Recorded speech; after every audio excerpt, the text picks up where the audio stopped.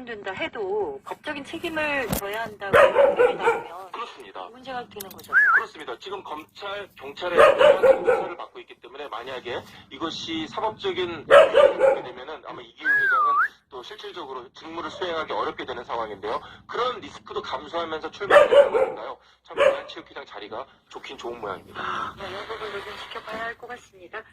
자, 이제 프로야구 넘어가서 요즘에 스토브 리그가 한창인 거잖아요. 네, 선수들도 또 준비하고 그 중에 우승팀 기아 타이거즈 키움에 마무리 지셨던 조상우 선수를 트레이드로 영입을 했네요. 네, 키움 선수이자 또 국가대표 불펜 투수로 또 오랫동안 했던 조상우 선수인데요. 네. 이 선수 150km 정속구를 던지는 선수고요. 체격이 아주 건장합니다. 그런데 지난 시즌까지 키움 유니폼을 입었다가 내년부터 기아 타이거즈 우승팀 유니폼을 갈아입게 된 겁니다. 더 단단해지겠는데요, 기아가? 기아 타이거즈 우승을 했잖아요. 그런데 아니 이미 전력이 좋은데 왜 그러니까. 조상우를 영입했느냐? 저도 그 생각.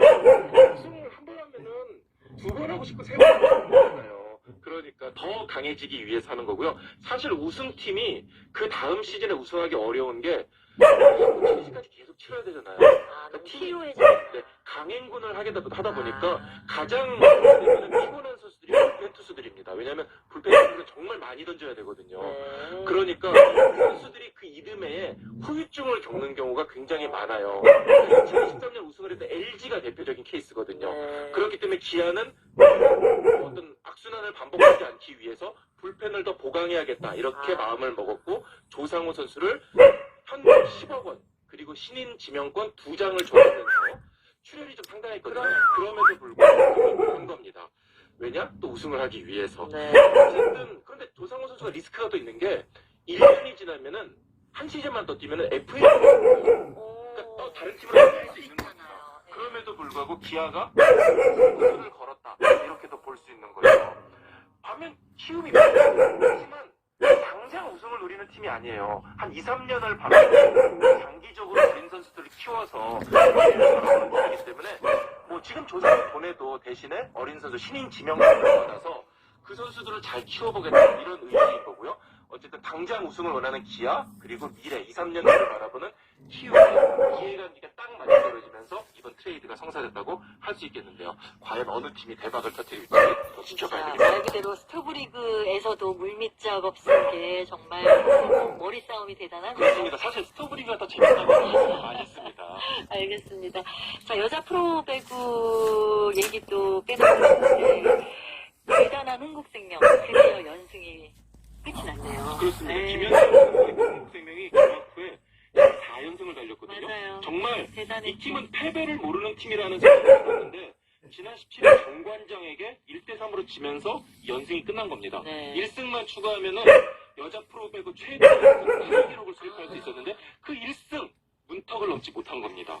그런데 그런 얘기 있잖아요. 올라가는 거는 굉장히 어려워도 내려가는 거는 한순간이에요. 그 연승이 끝나고 나서 어제 현대건설에게 또 졌어요. 3으로 졌습니다. 그러니까 스코어 보시면 알 거예요. 12대 25. 거의 뭐 더블 스코어죠? 그러네요. 21대 25, 16대 25. 이거 한국생명답지 않은 스코어인 겁니다. 그러니까 선수가 빠진 선수도 없는데 아니요, 빠진 선수가 있었어요. 있었어요? 이 정관장 경기에서 외국인 선수가 우승을 당한 겁니다. 네. 그렇다 보니까 이게 안 좋은 일이 한꺼번에 몰린 거예요. 선수들은 연승이 끝나면서 사기가 떨어진 데다가 외국인 선수까지 빠지니까 좀 이런 이 이탈리아 출신의 아본단자 감독이 한국생명 감독인데 경기 질 수 있어. 하지만 이렇게 치는 건 용납 못해. 이렇게 화를 내요. 확실히 연승 후유증이라는 게 무섭다라는 생각이 드는데요. 과연 김연경 선수가 중심이 된 이 흥국생명이 어떻게 넘길지 좀 앞으로 계속 지켜봐야 되겠습니다. 사는 것도 스포츠도 똑같은 것 같아요. 내가 뭔가를 딱 해내야 될 때 해내지 않으면 바로 속에서 공격이 들어오고. 그렇습니다.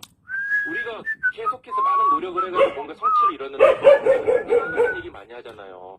특히 운동선수는 그 허탈함이 경기력 그리고 몸 상태 컨디션으로 아무래도 그런 것이 극명하게 나타난다고 할 수 있을 것 같습니다. 알겠습니다. 토요일엔 스포츠 이데일리 기자였습니다. 고맙습니다. 네, 감사합니다. 생방송 정보쇼 여기서 인사드립니다. 그리고 나훈아가 부르는 테스형 KBS 라디오 기후위기 대응 캠페인 지구를 안녕하세요. 옷을 사지 않기로 했습니다. 라는 책을 쓴 작가 이소연입니다. 전 세계적으로 봤을 때는 한 해 대략 330억 벌이 버려진다고 하는데 1초에 36톤의 옷이 버려진다고 해요. 그러니까 지금 이 이야기를 하는 순간에도 옷이 정말 많이 버려지고 있는 거죠. 사실 우리가 옷을 사는 이유가 예뻐 보이려고 사는 거잖아요. 근데 과연 그게 가장 큰 그림에는 어떻게 남느냐라고 했을 때는 전혀 예쁘지도 멋있지도 않은 모습으로 바다에 버려지거나 사막에 쌓이거나 이렇게 끝나게 되더라고요.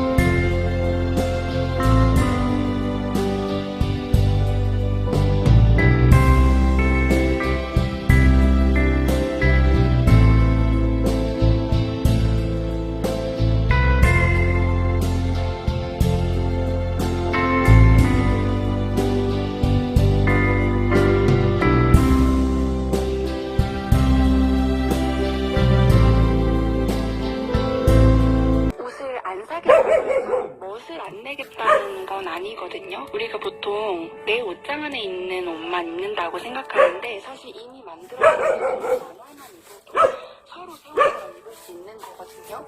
그래서 저는 옷을 안 사기로 결심하고 친구 옷이나 누나 옷이나 언니 옷이나 이렇게 나눠 입고 교환해 입으면서 새로운 취향도 찾게 되더라고요. 그래서 겨울이 됐다고 새 옷을 사지 마시고 다른 친구들 옷을 한번 입어보는 건 어떨까? 한번 제안 드려보고 싶어요.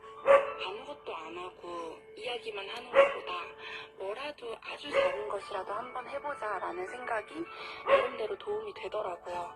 혼자 바뀐다고 다 바뀔까라고 생각하는 것보다 하나씩 실천한다면 그렇게 세상이 조금씩 바뀌지 않을까? 그런 생각이 드는 것 같아요. 뜨거워지고 있는 지구. 지금 우리의 문제입니다. KBS 라디오 기후위기 대응 캠페인 지구를 지켜라 였습니다.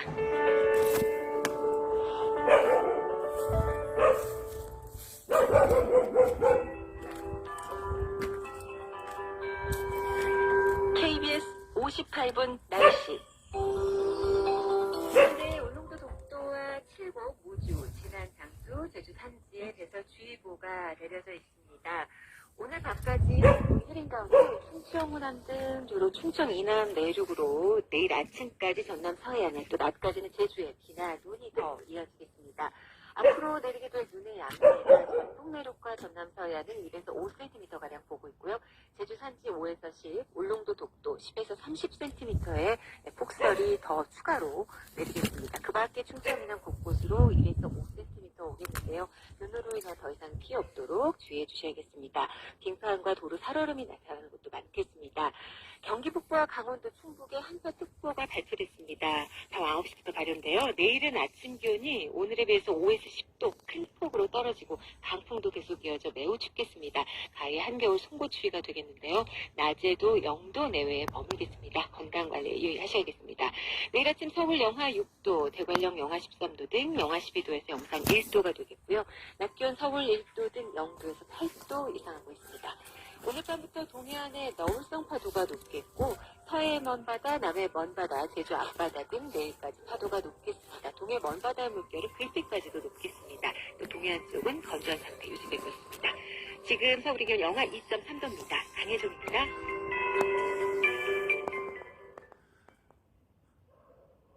한국인의 중심 채널 KBS 제1라디오가 5시를 알려드립니다. AM 567kHz, FM 96.9MHz, KBS 제1라디오입니다. HLKF.